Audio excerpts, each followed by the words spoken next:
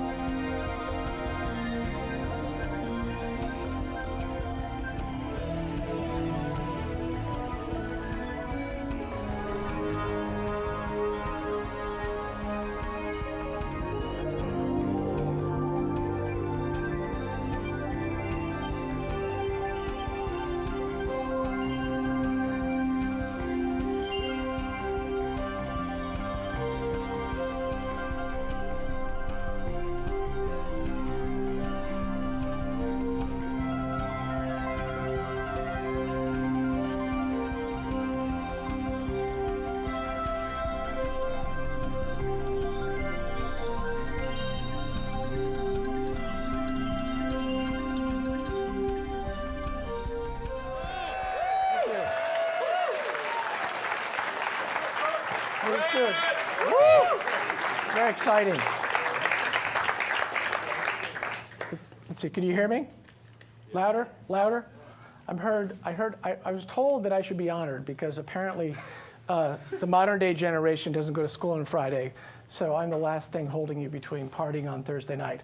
So, hopefully you'll laugh, you'll cry, you'll enjoy, you'll talk about it, you'll regale it later over games of Pong. I don't know if you guys play lob or slam here, but so, John, one correction, my wife who's in the audience, I'm actually nervous, not because of you guys. This is actually the one presentation that I think I've ever given that my wife has decided to attend. So my wife's father taught here for how many years? Almost 30. 30 years as a tenured professor of anthropology. We'll talk more about it. My presentation is called Clear Eyes, Full Hearts Can't Lose. How many people here have ever seen the show Friday Night Lights? Raise your hand. Good. We have scholars already in the room. Those that haven't, I'm sure when it's done, you will go and purchase the entire 6-season DVD collection. I get no royalties. But it's called about Clear Eyes, Full Hearts Can't Lose. My presentation is. I am not going to regale you with my life history and everything that I've accomplished, and as if there's some book that you can follow. One might argue, as my wife would argue, you actually don't want to follow the path that I took. But my hope is, I know there are a lot of people here in the TMP program, entrepreneurship program.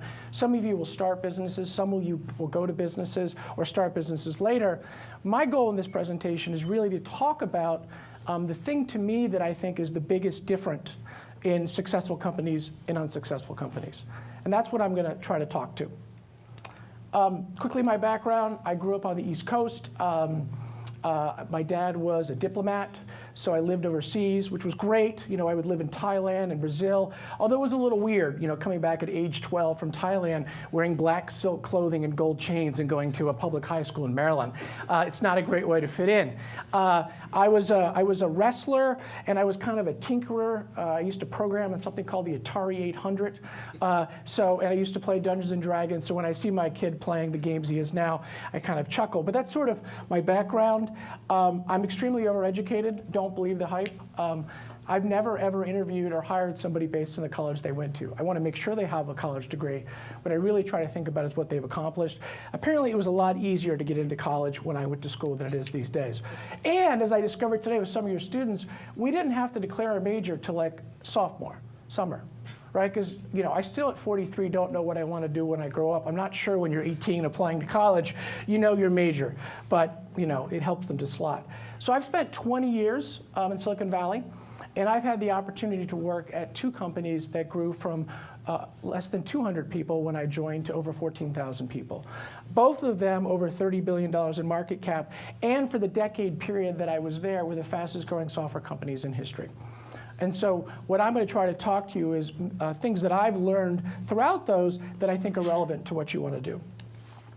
I've had 16 different jobs. People ask me about jobs. The smallest job, people chuckled today. They said, you went to Dartmouth, that's amazing. What was the first job you did at Dartmouth? And I said, well, I was a mailroom boy. You know, I remember my mom said, you're moving out to California, you're going to fall off the side of the earth.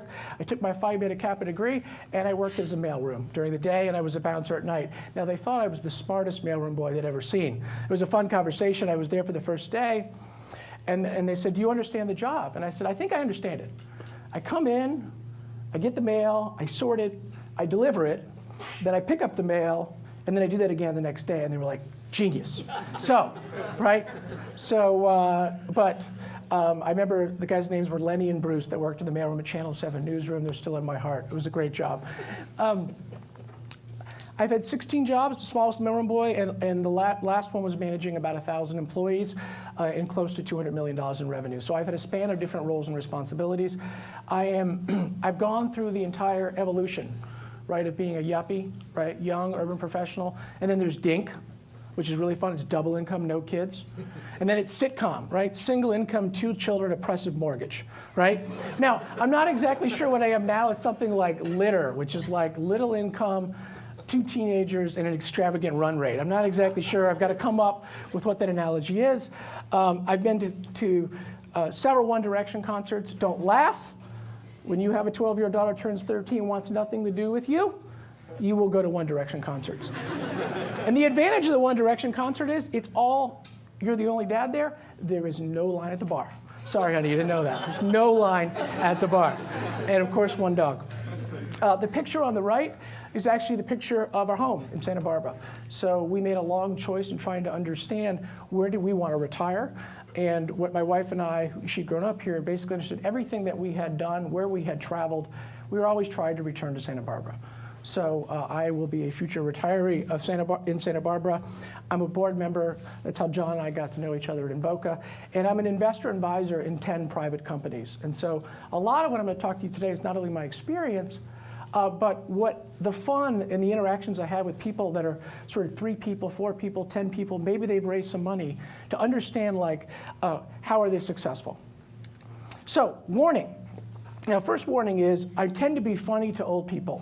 I will using analogies that you guys will not understand. I'll say things like Weeble Wobble and Starsky and Hutch, and John will laugh, and you'll be like, I have no idea what he's talking about, right? Like black and white TV. Although, you know, there's some references you get, so I apologize if they go over. I am not a paid professional lecturer, okay? There's a warning, right? So you will watch this, you will take notes at your own expense, right? These are just a reflection of what I think is important that isn't taught. It was actually very interesting to hear that John teaches a sales class. I went to Harvard Business School. They don't teach sales at Harvard Business School, which is really interesting. Now, what I'm going to talk to, it's hard to teach. I'm not really going to teach. I'm just going to share with you, because the reality of what I'm going to teach you is you're generally going to learn this through years of making mistakes. And so what I'm going to try to do is help you think through these things ahead of time so you may not repeat the same mistakes that I and others have. So let's talk about inspirational leaders. And this is where some people will understand this. There are all these books, there are all these leaders, all these gurus, right? All these people we want to be. Now, when I went to school, you know, back in the days, I was trying to explain to people today, it was a really cool workplace when I got out of college. When you left work, there was no work to be done because there were no laptops, there was no phone, there was no email. The origination of the CC, do you know what the origination of the CC is? When you wanted to have a meeting, now this is not like horse and buggy days, this is 1992. When you wanted to have a meeting, you would print up a piece of paper, you'd put CC who should be in the meeting, you'd highlight it, you'd slip it under the door, and you'd hope they showed up at a meeting. That was how it used to be. That was pretty cool because like nobody would show up at the meeting, you didn't have to do anything, it was great. But inspirational leaders. When I went to school, the most celebrated leader, who knows this leader? Shout out there, yep. There we go, Jack Welch, great, glad one person. Jack Welch, right? The GE way.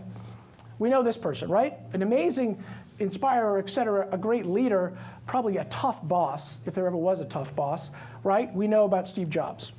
Who knows this person? Yep. Jeff Bezos, amazing leader, took what was essentially, you know, a better way to sell books to the world's largest e-commerce play, and a really interesting leader. And then we know who this person is, right? Mark Zuckerberg. So these are all inspirational leaders. Now the question is, when I am mentoring people to be leaders, or when I think about being a leader, who do I look to? And this is no lie. the person that I look to the most, that I watch and I say, I wish I could be like him. I wish I could be like him in work or with my kids, which is a lot harder to manage your kids because they're unmanageable than it is. As my wife reminds me when I come home, we are not on your payroll. So, and I'm like, well, kinda. No, it doesn't work. You can't say stuff like that. So this, who I think is my most inspirational leader. This is a guy named Coach Taylor from Friday Night Lights. For those that don't know what Friday Night Lights is or aren't from Texas, in many small towns in Texas, there is nothing going on, right? The local happening place is the Tasty Freeze. The entire town rallies around Friday Night Football, the entire town. It is bigger than life itself. And this is a coach in a small town in Odessa, Texas. It was based on a great novel and original movie. It's a true story, but it's a TV series. And I think it's the most honest TV series I've ever seen, partly because the show is 80% unscripted. And my wife isn't happy that I've cried 3 times in our life. Once when we were married, twice when our children were born, and third when Smash made it to college. Smash is the running back. He had a knee problem. Nobody believed with him. Coach Taylor stuck with him, and he got to college. And he went to see his mama, and he told her he would get his son Smash into college. And I'm kind of getting the clump right now. Clear eyes, full hearts can't lose. And in fact, when I left Salesforce, it was a very difficult decision because what I wanted to do was chase a new mission. You know, when I joined Salesforce, it's an amazing company. When I joined it in 200 employees, it was us against the world. To some extent, we'd become the world. And every time in your life, you have to figure out when is it time to go create a new mission, which is very hard, an amazing company with great values. I signed off when I tried to write what it was about why I was leaving, but people understand that it's still a terrific company. And I signed it, clear hearts, full hearts can't lose. And those that had worked with me over the time understood what that meant. It is great for football, and it's even better for business. And what do I mean by clear eyes, full hearts can't lose? Which is that winning companies, when you're thinking of starting a company, when I advise companies, the biggest issue I see is they don't know who they are. You need to fundamentally understand who you are. Remember, he said, every man faces the time, you know, when their back is against the wall. But if they know who they are, or any woman, there's no women football, but who they are and where they're going, you know, they have an opportunity. More importantly, if you know who you are, winning companies' customers know what you stand for, which is really about the emotional connection or the identity of what your customers think about you. And if you have those two things, what gets really, really interesting is your employees run through walls for you. If you understand your identity and customers can connect you to you emotionally, you have a mission. And then when you're trying to recruit talent, they're not coming to job for a paycheck. They're coming to job to change the world in some way. And that, to me, when I look at companies that are really, really successful, the companies that require the least capital, the companies that scale, more importantly, the companies that are most fun to work at. Because let's admit it, we're going to spend a lot of time in our life at work and not with our loved ones or other things we want to do. And it's often a sacrifice. Those companies that have emotional leadership, I see by far as the #1 multiplier effect of any types of PE or any of these things. And so what I want to walk through is 4 concepts that you can think through. When you think about, okay, that sounds interesting, Brad, it was a good video, you know, maybe you're just excited about the Niners. You know, when they ask, you know, any Niners fans here? Okay, good. Good, I can never figure out, because there's like the San Diego radio station with the Mexican government advertising. I can't tell who the fan base is here, or there's Chargers games. But, you know, the first coach in history, and he doesn't come across as the kindest guy in press conferences. The first guy in history as a new coach to take his team to the NFC Championship 3 times a year. And every time you ask a player, what is great about him? Because the press can't figure him out. And they say, he knows when to talk and when not to. And when he talks, he knows exactly what to say to motivate us. So I want to give an example. There was a company that was bought yesterday, this company, right? Nest Thermostat, 2 years ago, guys left Apple, left all their money, iPod creator, and they basically said, we're going to change industry by creating a thermostat. Because, you know, everybody really cares about their thermostat. It's something you really think about. And the reality is they didn't get 9 out of 10 doors they got turned down from a funding perspective because they were like, thermostat, have a relationship with your thermostat, et cetera. But what did this company do? They took something that was a thermostat, was an inanimate object, and they made it come to life. And they made it with an application, the integration of hardware and software, and they said, you can have a connection with your thermostat. And by you having control, you can easily, there's a rational thing about changing a thing. Now, I hear it doesn't even work that well. Somebody told me he came back to his house, it was 120 degrees, right? These are some software bugs, it's due. But 2 years ago, $300 million in revenue, they were bought 2 days ago for $3.2 billion by Google, right? This is a company that I would argue had emotional leadership. They took a category that was dominated, a complete commodity category like Honeywell, GE, all these things, their thermostats. No one likes their thermostat, right? It's either too hot or too cold. I don't know how you use your thermostat. I either turn it on or we turn it off. The idea of moving it on or up, and then your power bill is $500, and you're like, right? And then it's too hot, and what we do in our house is we open the door, you know, in our bedroom, so it's cold outside, and then it doesn't make any sense. But these guys figured out a way. This is an emotional company. This was a company that created a new category, new shelf space on Best Buy to create emotional leadership. So the number one thing that I talk about is identity. I spend so much time with the companies, either in businesses that I run or that I meet with, is identity. And what do I mean by identity? I want you to be crystal clear as to who you are. I met with some folks today as part of the venture program. We're doing this, we're testing it, et cetera. And I said, who are you? And what do I mean by who are you? I want you to answer 5 questions. What is it you do? Who do you serve? Why does what you do matter for who you serve? In what way is it unique or better than the alternatives? And how is it sticky and engenders long-term loyalty? Now, you may have a product that's just a one-time sale. It's irrelevant. But what I want you to do is I want you to write this down. And this is really hard. Often with companies I work with, this takes a month. And it's hard. And it's painful. And you want to give up. But you need to write it down. You only can write 1 sentence each. And no run-ons. You don't get to cheat with gerunds, et cetera. Right? It's 1 sentence. And then call your mom up. And tell your mom, here's what I'm doing. And if your mom or your dad or somebody of that generation has no idea what you're doing, now it could be some advanced polymer stuff that most people don't know, but get it down from a simplicity perspective. You need to nail identity. Now let me give you some examples of identity that are pretty clear. Salesforce. When it got started in 1999 and it started taking traction in 2002, it was very straightforward. It was an on-demand solution. There was no cloud, right? It was on demand, which was point, click, close, it's on demand. Who did they serve? Sales executives and operational admins that were completely frustrated with the existing software metaphor. Before the cloud, you may or may not remember, you had to buy software up front, pay large amounts of money for it, buy hard with it, pay an integrator 10x what you paid to take 2 years to implement something. And by the time you got it implemented, your business had fundamentally changed, so what got implemented was irrelevant for what you wanted to do with the business. And it got better. If the vendor came out with new upgrades, you had to pay for those upgrades and repeat that entire cycle. So Salesforce tapped into that pain and basically said, we're easy to use, we're simple to deploy. And we're unique as well in that we have a pay-as-you-go model. And then how are they sticky? How do you think about stickiness long term? Was, well, once the data's in, once there's customizations, once integrations, you're not going to move. And that value prop, that simple value prop, created a $200 billion cloud industry. They knew, Mark knew who he was. Right? When Mark went to go raise money and people wouldn't give the money, he knew who the company was. And to this day, that's exactly what Salesforce is.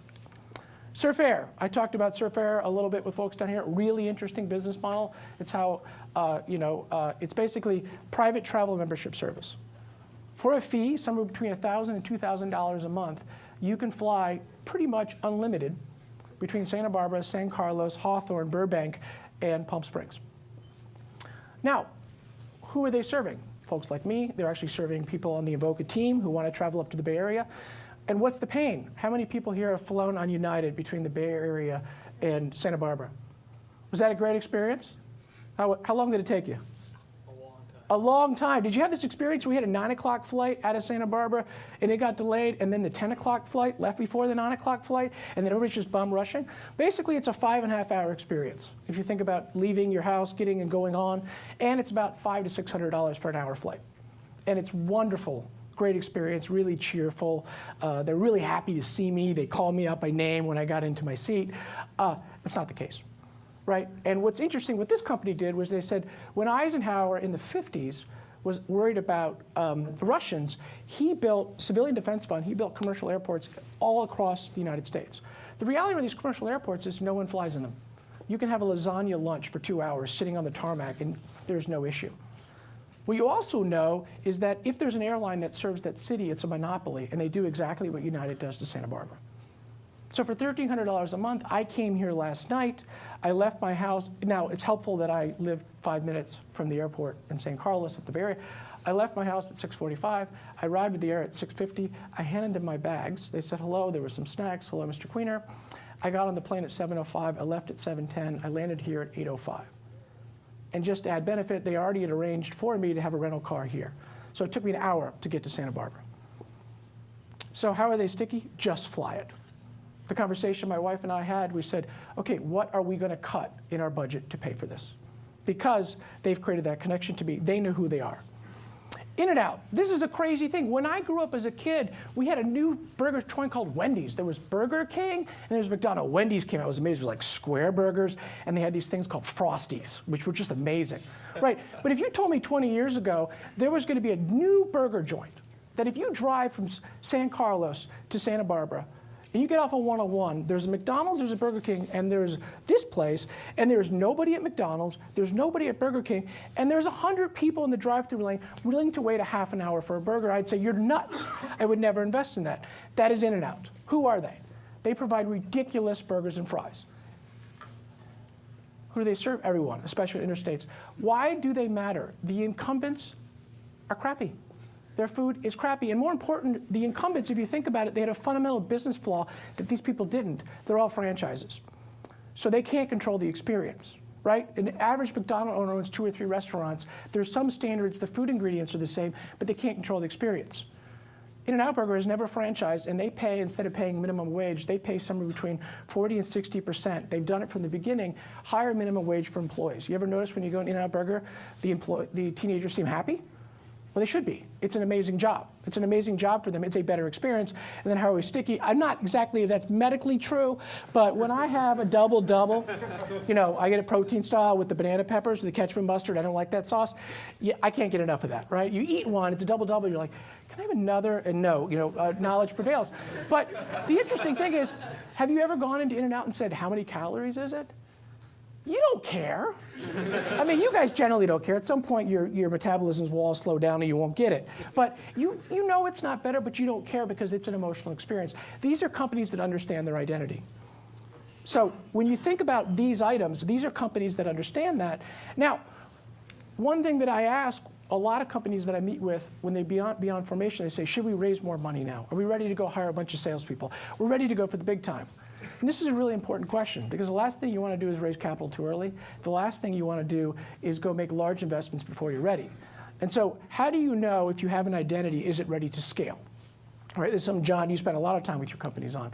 So I have a little test that I use. It's not that patented. I call it the 3-3-3 model. Now, this is a software analogy, but there could be other analogies to use.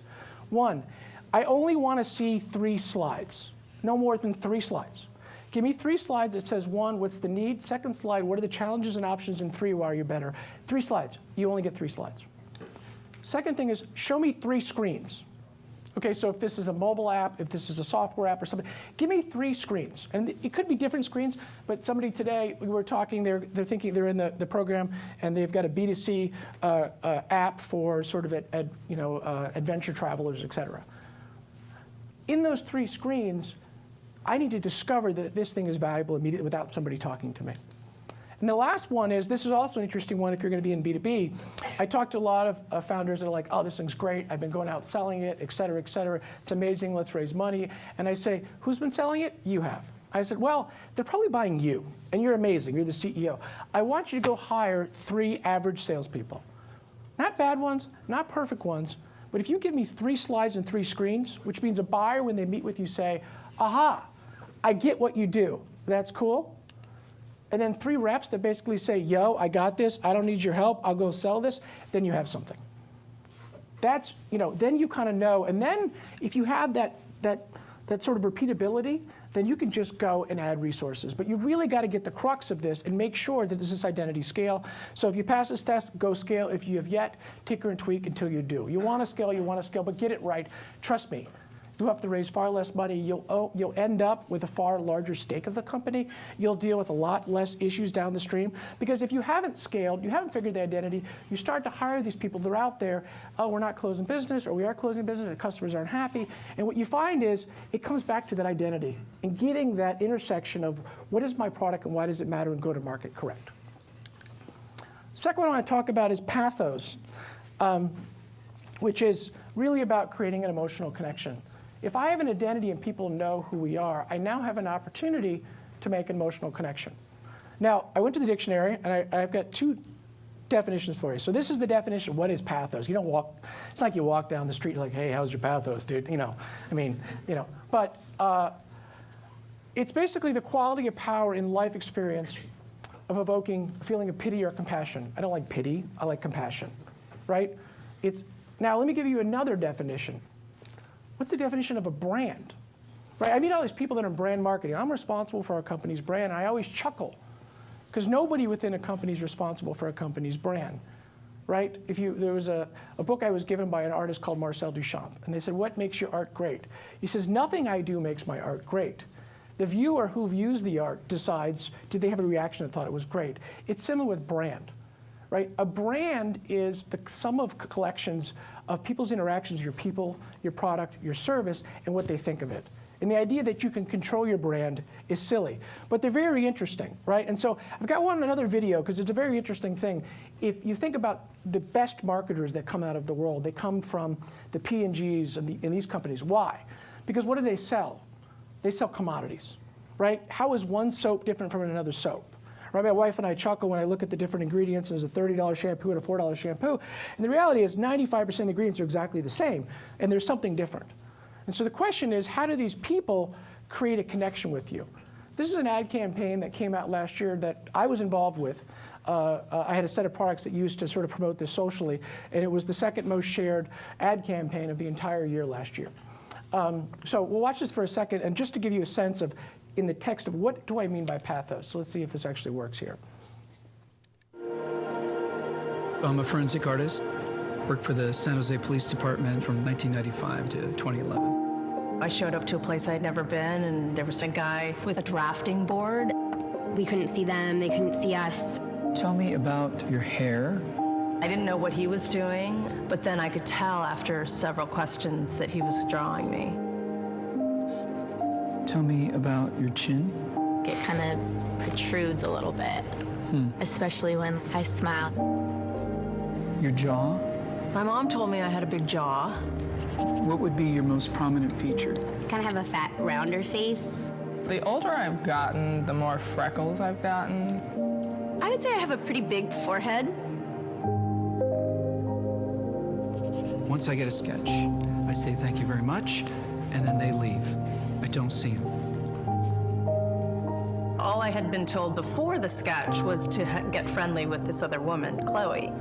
Today I'm going to ask you some questions about a person you met earlier, and I'm going to ask you some general questions about their face.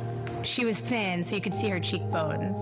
And her chin, it was a nice, thin chin. She had nice eyes. They lit up when she spoke. Cute nose. She had blue eyes, very nice blue eyes. So here we are. This is the sketch that you helped me create, and that's a sketch that somebody described of you. So yeah, that's...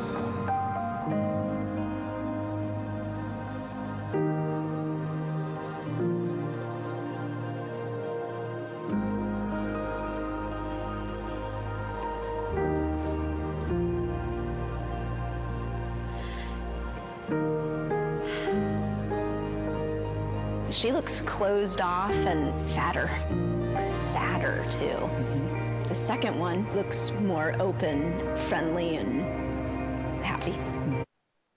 Goes on, but what's interesting about that is basically, the first time I showed my wife and my daughter that, they cried, right? It's not a world men live in, they don't get this. Right? Actually, they did this with women because if it were men would have drawn themselves as awesome and muscly. And then the real thing is they're schlebby and worthless, right? It's a complete opposite. But this was a company that sells a commodity product that basically says to women, we understand. We understand. And the sales of these commodity products went up 25% after this is pathos. Now it's trickier. This is why you have to have these great, these non-tech companies have got to do this to make these connections. So a clear identity, when I talk about why is identity important, is it enables you to be felt, right? And what I mean by felt, which is if your buyer connects you to emotionally, this is far more important than purely rational selections. Like, was it a rational selection for me to pay $350 for a Nest thermostat at Best Buy? This is not a rational. Is it a rational decision to spend god-awful amount to fly Surf Air down to Santa Barbara? This is not a rational decision, right? Is it a rational decision? Well, there's plenty. I'll be careful. There are many decisions that aren't rational. And when you're considering your path for your product, I want you to think about what is the emotional connection you're going to create. What are you going to, is there an underserved, are you serving an underserved element in terms of making them more successful? Because that allows them to make a really deep connection with your company. Now, the one challenge that if you do this, if you make the emotional connection, the onus on the rational payoff is much higher, right? You can't go break their heart. You can't be like, surprise, I'm going to jack up the price. No, it doesn't really work, right? It's tricky to pull off, but if you can do it, you can scale. So let me give you some relevant examples, right, instead of just theoretical bullet points. Salesforce. We took people who basically could not deploy their applications, wait in line for IT. We created a class of people that were in operations who, for the first time in their life, could run dashboards, run reports, and run their business in real time, and they all got promoted. So if you go to Dreamforce, it is the craziest conference in the world. It does not cure cancer. It's enterprise software. People are fired up. Like you think it's a Tony Robbins seminar. And they are fired up because Salesforce allowed them to be promoted. It gave them power. It gave them a career. That is a very tight connection. Now, you also have to understand what's the brand promise risk. So you figure out, here's what my promise is, but understand what your risk is. I think to some extent, Salesforce's brand promise risk, and it's a challenge. As larger and larger corporations want to buy it, and every company wants this feature, that feature, is complexity. Surf Air, it's pretty straightforward. United sucks, right? I can travel when I want, right? And what's the promise risk?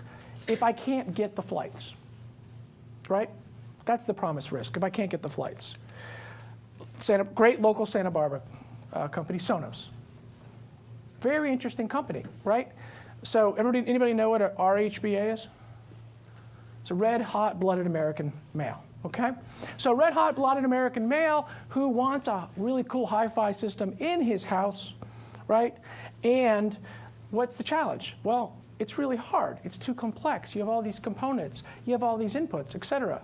You want to play music in one room, but generally it's one output. If you play music loud, your wife will tell you to turn it down, right? Men's sense of what's too loud apparently is dramatically different, right, than your spouse's, right?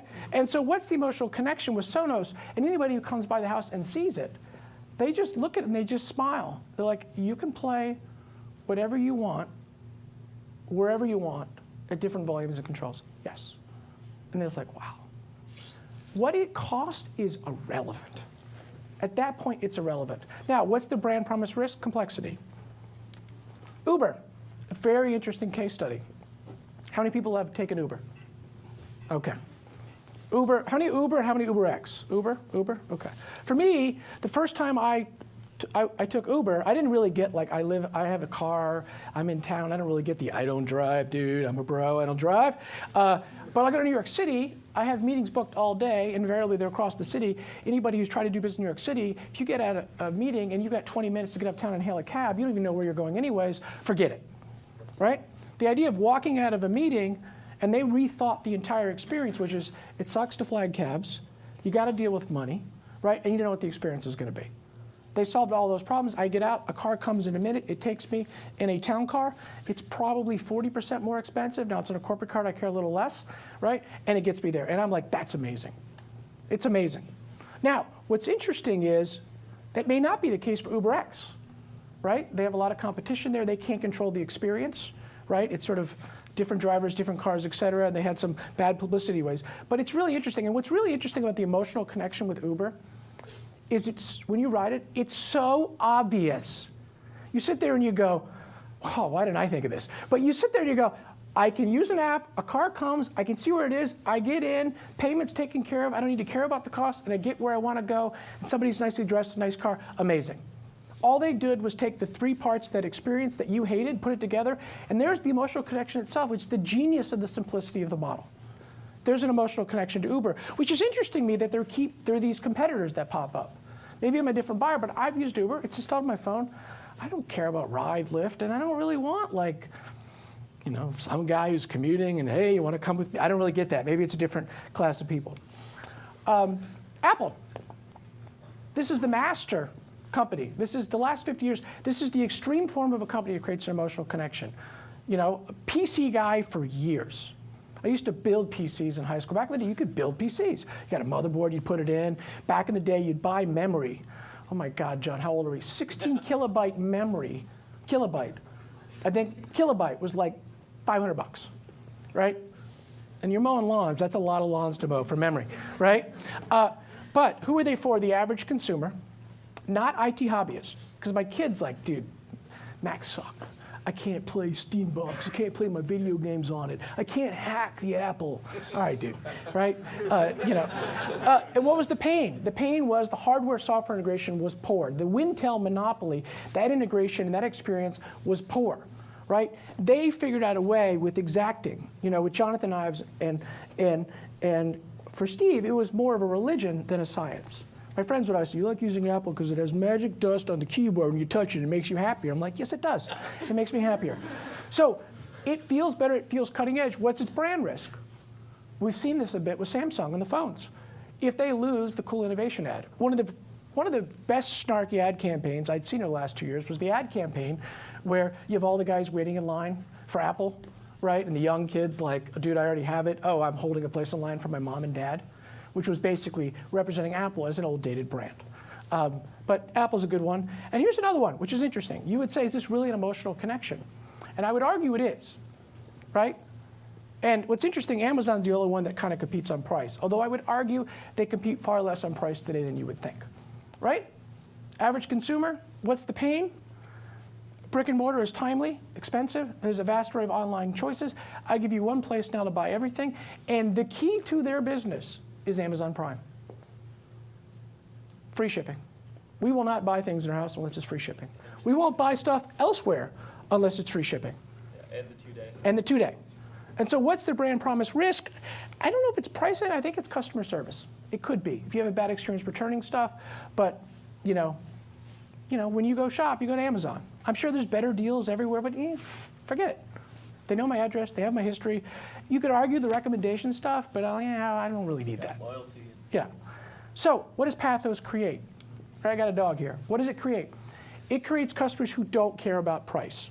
I mean, to an extent, right? Better and or easier trumps cheaper every time. A study came out from Harvard Business Review last week. They looked at 75 years of different companies, and cheaper never wins. Better and or easier. If you can get both, wow. Customers, if you find companies where they have emotional connection, your customers refer you. One of the guys in the room today, we're talking about Uber, he says, I've never seen an Uber ad.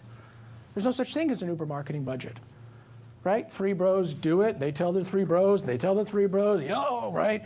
And that's the marketing, right? It's word of mouth and viral. And if people love your product, people love to share. If they love something, they're going to tell their friends about it. If you love something, it's very hard to keep that in. You want to go tell people. The marketing budgets of these companies are dramatically 3 to 5x smaller than those that don't have that, which allows you to put the money where it matters in building great products, great companies, et cetera. And they're far more forgiving when you mess up because they think of you less as a company, they think of you as a friend. Now, you have to fess up, though, right? If you make a mistake, fess up, right? Now, when you think about technology, what is the most scalable thing for Pathos? And I think this is different than it was in the past. I think the most scalable Pathos is your product, right? I think what we've seen, even when Salesforce was started or other companies, and John and I have seen this in our career, today, your product, if I use that product, my first experience with that product with no one trying to explain it to me in great detail, if I can connect to it, That's where you should focus your time as pathos. Second is your pre- and post-sales experience, whether unassisted or not, which is when they interact with other parts of your business, do they line up with that experience? I would argue, unless you're going to go and build a better soap than P&G, that marketing is actually a distant third. Because I think it's hollow. I think it's hollow to try to come across at an emotional level on the marketing side if your product and the people that are pushing it, selling it, or supporting it don't match that. What about Coke? What'd you say? What about Coca-Cola? In my mind, Coca-Cola is a revered brand. It is to some extent, they would argue it's a different formula. It's a commodity. It's one soda versus the other. In those world, where basically marketing does matter. If you're thinking around technology companies, I would argue it matters less. If you get your identity down, right, and your product is really good, and it creates a connection, the marketing is not so complicated. You don't have to go, you don't have to go spend $20 million at the Super Bowl for an advertiser. So the third part that I want to talk about is we talked about identity. We talked about pathos. If you have those two things, what's really exciting is you know who you are and your customers care about you. You actually have potential to be a mission. You have a cause, right? You're after something bigger. And what that allows you to do is attract amazing employees, right? So you can recreate great talent. It's much easier to have a highly engaged workplace. And if you say, look, I go work at the gas stations are great, it's a job. I go pump the gas, it's nice people, et cetera, right? When you're done working whatever it is, how do you look back and say, I am proud that I worked at that company and we did this, right? Not a better mousetrap, not a better widget, right? You know, I am proud to say at Salesforce, I'm unbelievably honored and proud to have been there. We created a $200 billion industry. We changed the way in which software technology is fundamentally bought and sold. And we started that when I was there in 2003. We couldn't get many meetings. People thought that it was more expensive to rent versus buy. They didn't really get the issues. And the ability to move an entire market, an entire industry, is amazing. Now, here's the challenge. Missions can go awry if you don't understand what motivates why people go to work. I think this is really important, especially if you're thinking of starting companies, right? One of the challenges, and I'll talk to, is you guys are young, which is great. You can start companies. You don't have to worry about what's my mortgage and all. It's like I need a place to sleep and I need some beer money. Great, I'm good, right? I don't have mortgages, privates. You don't care about that, right? These weird trappings of life. Now, the challenge is you're young. You haven't done anything yet. So you haven't failed enough, because the only way you learn is when you fail, right? And you're going to leave here and even our system, you go to school, you listen, we give you a test. How did you do? It's a very individual experience. Your grades and where you are at Santa Barbara is all very personal. When you go to a company, generally when you go and you start at a company, it's about you're enrolled, did I do a good job, I got a performance review, I get promoted, et cetera. It's very much you. You're trying to figure who you are in life, what you're going to do in life. If you're going to lead, it's not about you. It's about the people. And so one practical tip I can have here, I've always said this. This is my thesis, and then there's a book I want you guys all to go out and buy. I want you to go buy the book. It's an amazing book. You can get it on Amazon or iBooks. If people make what they need, people have certain income levels, they may be financially committed. It's a job. I go to work, I make money. It's interesting. If they achieve what they want to achieve in life, or what they want to achieve, I want to achieve this, they might be emotionally committed. Emotionally engaged. And if your employees are emotionally engaged and committed, they work harder, they work smarter, they will run through walls for you. And that's what emotional engagement is. And this guy came up with a book about 3 years ago, which is an amazing book. Every time I take a new team, I send a book to every single manager. I want them to read this, right? And it's a really amazing book. I don't know how many people have read this book in the room. Okay. If you're thinking of working as a startup, or you're thinking of going to a company in a tech team, and you're thinking about managing developers, right? This is the hardest group of people to actually manage and motivate, right? It's rewarding when it does, but developers don't come to work to make money. They come to work to create amazing things. And everything you throw in the way, management, performance reviews, all these things, they're like, but it's an amazing book. And what does he say? Let me give you an example that he uses. So there was a study. This is a study done. How many people have ever given blood before? We've given blood. Okay, great. did a study. They took 3 groups in Sweden, and they were going to, the first group, they said, hey, we'd love you to give blood. We need the blood. It's great. Give blood. 50 people, they asked this. Second group, they said, we'd love you to give blood, and on top of it, we'll give you a 50 kroner. I don't know, it's just $10. Maybe it would be a different experiment, it was $1 million, but whatever, we'll give you some money. The third group, they said, we will, please give blood, we'll give you 50 kroner, and you can donate that 50 kroner to the Children's Cancer Institute. So, the last 100 years of behavioral science would say that the second group that you paid, right? It's a reward, right? You do this, carrot and stick, you know, rat, push the lever, you get something in return, would have the highest. What do you think happened? The first and the third group had about 60% participation. The second group had 15. Why? They took a task which is altruistic. You are not giving, and they tainted it by giving you money. You don't give blood because I got enough blood. You know, like, I want to give blood. You give blood because you feel like you're giving back. And by giving money, they basically tainted what is an altruistic task, right? So the problem with carrots and sticks, right? And to some extent, like, if you do well in class, here's your grade. If you do good at this job, you get a promotion. Da, da, da, da, da. In this book, he basically said, if it's in a factory and it's in a job where you don't have to be creative and it's a repetitive task, perfect. But in an environment where it's about creative, where you need to create, you need to disrupt, it's a disaster. Now, it can't be anarchy and everybody just gets to make up, hey, great job, Bob. You can't do that. But you need to understand with carrots and sticks, they can very much work against intrinsic motivation and foster short-term thinking.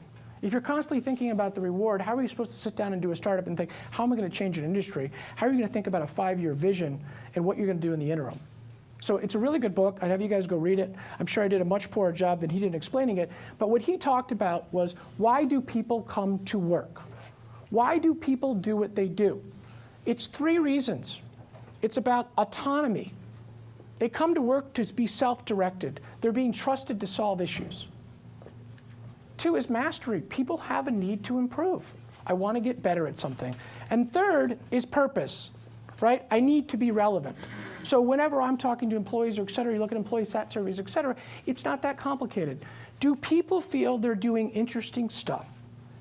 That they're being given enough rope to learn? They're developing mastery, and is what they're doing relevant to the purpose at hand? And I'm trying to think of an analogy for all of you to think about. I was like, what's the thing when you think of a young age, like autonomy, mastery, and purpose? Remember the first time you went riding a bike, right? Your autonomy, right? You took the training wheels off, right? Either dad pushed you or mom was scared or whatever it was. And basically, I'm autonomy. I can be self-directed. I can take this bike where I want to go. Mastery, you felt, do you remember that joy or glee? Like, wow, I can do this, except for John, apparently. You know, I always see the injuries of people like, what happened? You thought you're over 45 and, yeah, dude, I was playing basketball and I couldn't make I'm like, come on now, right? And purpose, right? I want to be a grown-up. I want to go out. I want to travel. So lastly, if you think about identity, who are we? Think about pathos, doing something that's relevant for customers, and you want to create drive, let's talk about leadership. So what does it mean to go and lead a company? If some of you are going to go and lead roles, how do you think about leadership so you can create those? And I like talking about leadership, not management. Management's straightforward. There's a task. Here's how I'm going to review the task. Did you do the task? Okay, we can do that, right? We've been taught, right? That's what school is. Here's the test. Is there a rubric? Here's the rubric. How did you do on the rubric? Here's your score. That's management. So I wanted to write young entrepreneurs struggle with this. I think everyone struggles with this, right? As if you're starting a company or it's a small company, if you're a founder, the company is intrinsically linked with your ego and id. It's about you.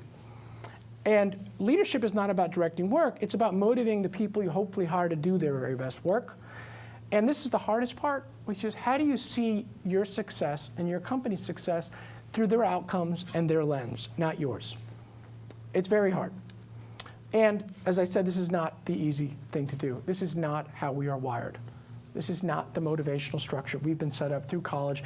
And if you go into jobs, because if you think about the jobs that you will do, somebody asked me, you talk about your career and how should I think about it? The general, say, 30-year career. The first 10 years, you are an individual contributor for the most part, and you're developing mastery, and you're deciding what you like, sales, marketing, product, et cetera. What fires you up? What are you good at? And then at some point, you're like, I want to be a general manager, or I want to be a VP.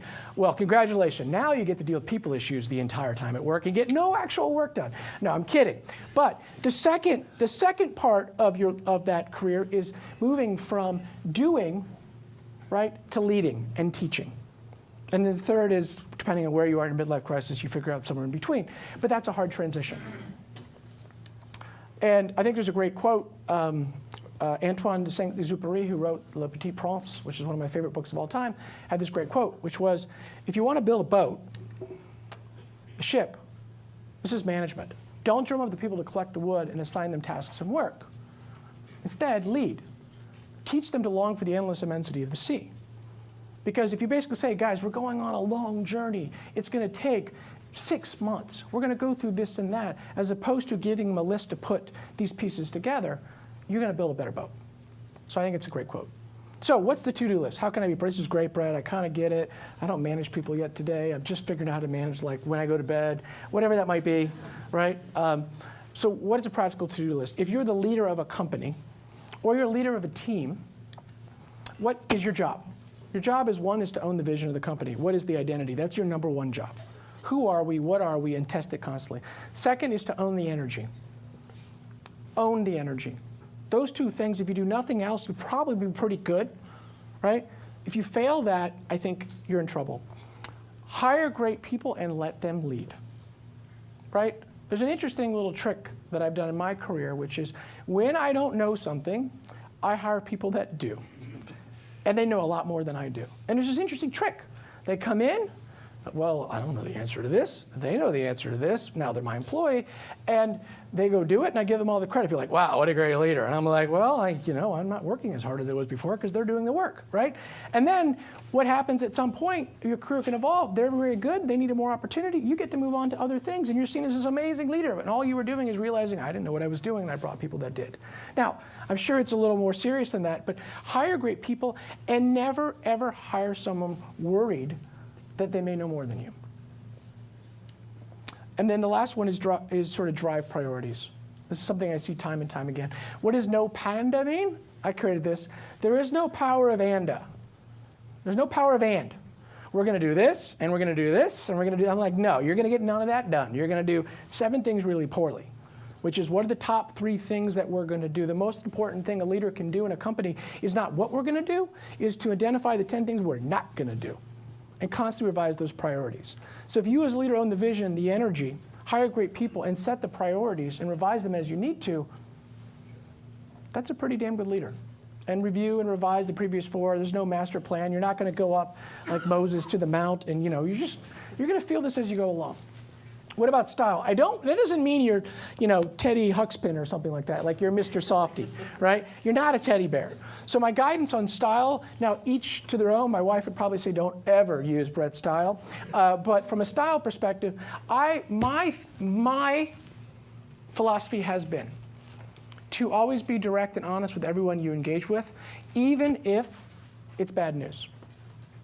They will trust you far more. It might be disarming to people that are used to working in a political culture, but if you have a team of people that work for you and you say, guys, we kind of messed up here, here's the mistake, or I made a mistake, okay, we agree, okay, let's move on. People always know where they stand. Make the hard calls. There are hard calls that have to make. The worst thing about a leader is somebody who vacillates for 6 months, goes, I don't know about this, I don't know about that. He talks to like 17 people, and everyone's sort of listless. But when you make the calls, recruit your team into the decision. So when you leave the room, you've made the decision. You may make the call so you feel like it's a collective decision, but make the hard calls. Always make decisions, take actions based on what is best for the cause, which may not be what is best for you. People will trust you. And I already mentioned that. And another piece of interesting reference I want to do about the importance of hiring people and how you interact with people is, I'll send to John a link. I don't know why it's 127 pages, but Netflix 8 years ago created an article. They were like talent management. Guys haven't worked at companies enough, but John and I, where you have an HR department, you have a talent management department, you have performance reviews, and you have like career counseling, et cetera. And they basically created something pretty controversial. And I don't know why it's 127 pages, but it's about their culture. And go look at it. It's very, very interesting. It's on LinkedIn, et cetera, et cetera. So here's things that they say. The actual company values, as opposed to nice-sounding values, are basically shown by who gets rewarded, promoted, or let go. Everything else. Great workplace is stunning colleagues. It's not espresso, benefits, sushi lunches.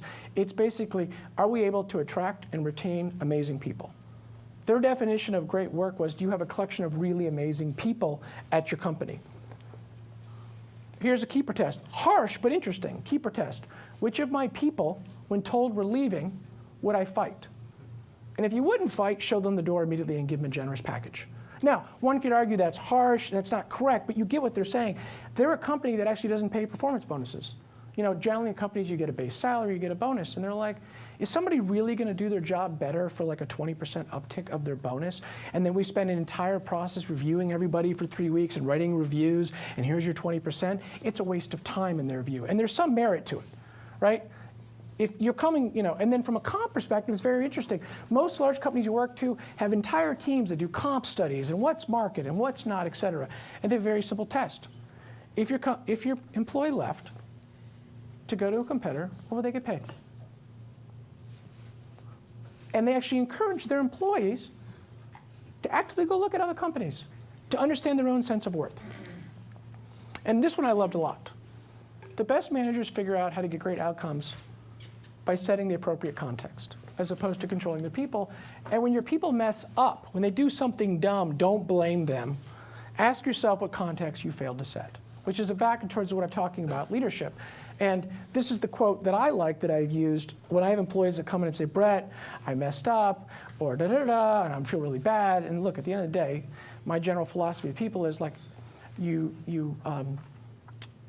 promote them publicly and you criticize them privately. Right? And if they make a mistake, you take the first couple, you take the first couple bullets. If they keep making the same mistake, you probably pull out the gun or duck, right? But it's important to understand that they have an opportunity where they can fail, because in this day more than ever, you're not going to spend a year on your business plan and get all the market data. It's funny when I sit in board meetings sometimes and some guy's starting something and there's an investor who's like, how will you know when you have the perfect data to make the decision? I'm like, what are you talking about? We need to learn to fail fast. It needs to be okay to fail fast. And what I tell people, this quote from Twain, which is great, which is, like, look, good judgment is the result of experience, but you only get experience in times when you had bad judgment, right? So you should, to some extent, not fail a lot, but you should embrace failure. Like, when you guys succeeded at something, did you remember that success and what was the lesson learned? No. It's when you sucked at something, and you're like, I'm not going to do that again. Let me apply that learning. In summary, my sense is it's all about heart. It's about passion. It's about emotion. You know the companies we're talking about, the companies you connect to. So identity, pathos, drive, and leadership, in my mind, is clear eyes, full hearts, can't lose. And one more thing. You're going to spend a lot of time at work. Unless you are curing cancer, and I assume most of you are not curing cancer, you're spending a lot of time at work and a lot of time. Have fun. Do not take yourself seriously. One curse word, don't believe your own bullshit. Have fun together, right? Again, I always wanted to quote Tupac Shakur. I don't know, you might know who Tupac Shakur is, but a great philosopher, Tupac Shakur, and it turned out, unfortunately, to be prophetic. Here's what he said. It's the game of life, do I win or do I lose? One day they're going to shut the game down, and I got to have as much fun and go around the board as many times as I can before it's my time to leave. And with that, thank you, and I'm open for questions.